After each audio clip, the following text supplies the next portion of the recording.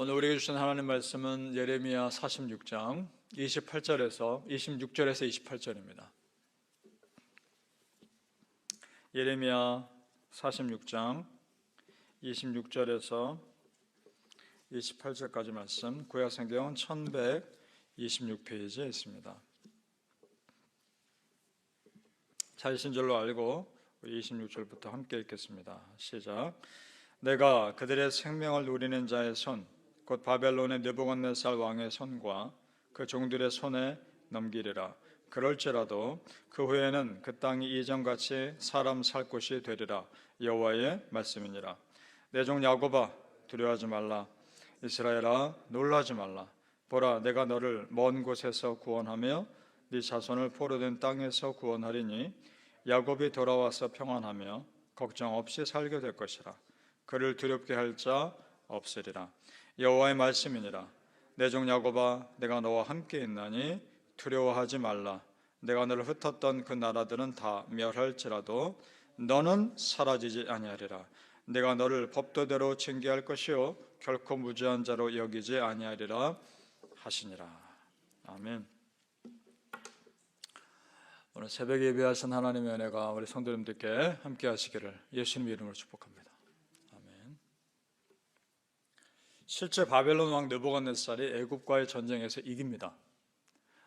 애굽이 전쟁에서 크게 패하게 됩니다. 하나님 말씀대로 이 땅은 되어갑니다.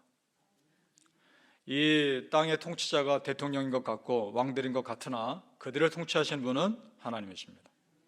그러니까 하나님께 기도하는 것이야말로 이 세상을 움직이는 강력한 힘입니다. 따라 성도님들, 진실하게 기도하는 한 사람이 한 나라의 통치자보다 강력할 수 있습니다. 믿습니까? 2절 올라가 보시기 바랍니다. 2절로 거슬러 올라가 보십시오. 역사적으로 중요한 전투가 나옵니다. 우리 같이 읽어보죠. 2절 말씀 시작. 애굽에 관한 것이라. 곧 유다의 요시야 왕의 아들 여호야김 넷째 해에 유브라데 강가 갈그미스에서 바벨론의 느부갓네살 왕에게 패한 애굽의 왕 바로 느고의 군대에 대한 말씀이라. 아멘. 갈그미스 전투입니다. BC 605년에 실제로 일어났던 전쟁입니다. 갈그미스는 유프라테스 강 상류에 위치한 지역입니다. 그래서 중동과 유럽을 잇는 중요한 거점입니다. 전쟁이 잦은 지역이었고 이곳을 차지하는 나라가 그 지역 패권을 장악했던 것입니다. 그래서 이 전쟁에서 바벨론이 이김으로 인해서 애굽은 그동안 그 지역에서 누렸던 패권, 팔레스타인 지역에서 누렸던 패권을 다 잃어버리고 약소국으로 전락합니다. 이제 바벨론이 그 지역을 다스립니다. 자, 보세요.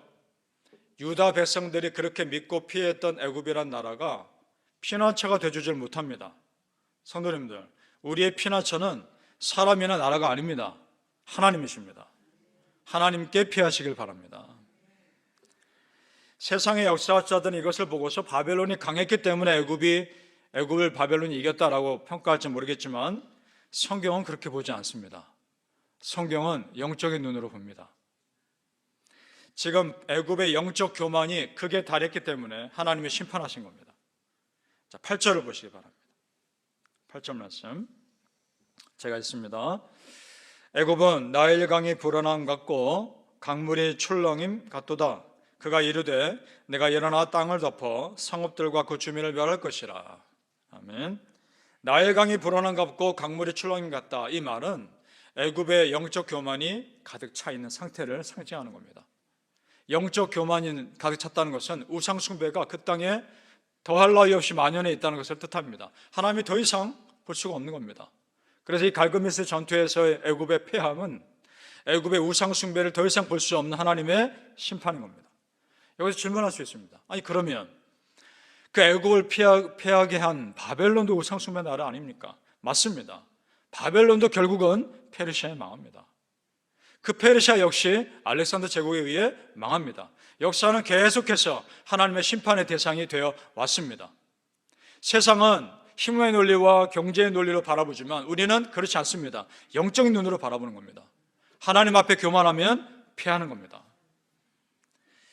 그렇다면 하나님께서 바벨론을 심판의 도구로 쓰셔서 애굽을 치실 수밖에 없었던 그들의 영적 상태를 또 한 구절을 보죠.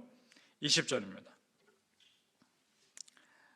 20절 같이 읽어봅니다. 시작. 애굽은 심히 아름다운 암송아지일지라도 북으로부터 쇠파리 떼가 줄곧 오리라. 자, 애굽에 참 많은 우상이 있었습니다. 온갖 것들을 우상으로 섬겼습니다. 송아지도 섬겼습니다. 송아지 우상이 있었는데, 이피스라는 우상이 있었는데, 머리가 송아지 모양의 애굽 신을 여러분 보신 적 있습니까?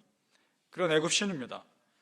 그 살찐 암송아지는 그 애굽의 우상을 말하고, 또한 살찐 암송아지는 어떤 것을 말하느냐? 애굽의 풍요로움 가운데 빠져든 그들의 사치와 쾌락을 상징합니다. 그것을 쇠파리 때에 비유된 바벨론이 와서 무너뜨리는 겁니다. 자, 성도님들, 하나님은 애굽의 모든 죄를 다 알고 계셨고 다 보고 계셨습니다. 다만 오래 참고 계셨던 것일 뿐입니다. 하나님은 우리 다 아십니다. 우리의 죄와 우리의 모든 좋지 않은 모습들을 다 알고 계십니다. 다만 오래 참고 계실 뿐입니다. 기회 있을 때 돌이켜야 하는 겁니다. 회개할 기회 있을 때 회개하시고, 하나님 사랑할 수 있을 때 마음껏 사랑하시고, 예배하고 기도하고 할 수 있을 때 그 자리를 지키시기 바랍니다. 성경에서 하나님의 심판을 받는 사람이나 그 나라들을 보면서 그것을 거울 삼아서 나를 바라보아야 합니다. 이런 겁니다. 자신의 영적 교만과 풍요로움에 찌든 채 그것도 부족해서 갈그미스까지 가서 더 큰 세력을 얻기 위해 쫓아갔던 애굽이라는 그 나라가 나라는 사람일 수도 있는 겁니다. 만족하지 못하는 나라는 사람일 수도 있는 겁니다. 또한 팔레스타인 지역의 패권을 장악하고 떵떵거리며 이 온 땅이 자기 것인 양 교만에 빠졌던 바벨론이 나일 수 있는 겁니다. 하나님 믿는 백성이라고 자부하면서 정작 실제로는 우상 숭배하는 나라와 똑같이 살았던 그 이스라엘 백성이 나일 수 있는 겁니다. 나를 바라봐야 합니다. 따라서 우리가 성경 읽을 때 그 속에서 내 모습을 찾아야 내가 회개할 수 있는 겁니다. 믿으십니까? 어떤 선교사님이 선교를 하는데 아프리카 오지에 가서 이제 그 사람들이 성경을 읽으려면 성경을 또 그 사람들 말로 번역을 해주고 그런 일들 하는데, 하루는 어떤 그 원주민이 와서 자기한테 이러더랍니다. 선교사님, 제가 이 성경에서 내 이름을 찾았습니다. 그 사람 이름이 성경에 어디 있겠습니까? 이상해서 물어봤죠. 아니, 당신 이름이 뭡니까? 당신 이름이 어디 있습니까? 그랬더니 그 사람이 성경을 톡 가르치면서 하는 구절을 보니까 죄인이라는 단어에 자기를 가르치면서 이것이 제 이름이었습니다. 그러더라는 겁니다. 그 말 듣고서 선교사님이 자기가 도전되더라는 거죠. 그 간증이 기억납니다. 그렇습니다, 여러분. 성경에 내 이름이 있습니다. 죄인이라는 이름이. 누가복음 6장 41절에 보니까 이런 말씀이 있죠. 어찌하여 형제의 눈 속에 있는 티는 보고 네 눈 속에 있는 들보는 깨닫지 못하느냐. 오히려 우리 크리스천은 반대로 해석하는 겁니다. 다른 사람에 있는 티를 보고 우리는 내 눈에 들보를 깨닫는 사람들입니다. 믿습니까? 사랑하는 성도님들, 오늘도 겸손히 말씀 앞에서 나를 낮추고 끊어야 할 죄 끊고 돌이킬 일 있으면 빨리 돌이키시기를 예수님 이름으로 축복합니다. 아멘. 말씀을 이렇게 마치면 우리 마음이 참 무거운 채로 맞춰지겠지만 우리 하나님은 항상 소망을 남겨두십니다. 참 그것이 하나님의 은혜입니다. 심판의 메시지를 전했지만 그래도 당신의 사랑하는 백성은 살 길 열어주십니다. 26절 말씀 우리 다시 한번 또 같이 읽어보죠. 26절입니다. 시작. 내가 그들의 생명을 누리는 자의 손, 곧 바벨론의 느부갓네살 왕의 손과 그 종들의 손에 넘기리라. 그럴지라도 그 후에는 그 땅이 이전같이 사람 살 곳이 되리라. 여호와의 말씀이니라. 아멘.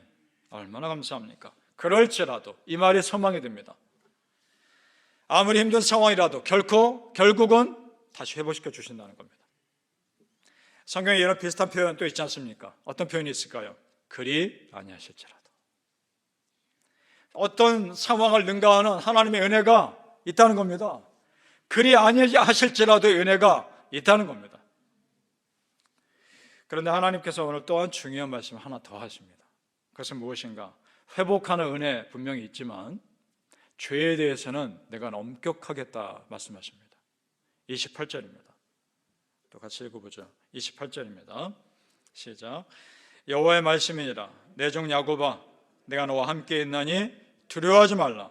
내가 너를 흩었던 그 나라들은 다 멸할지라도 너는 사라지지 아니하리라.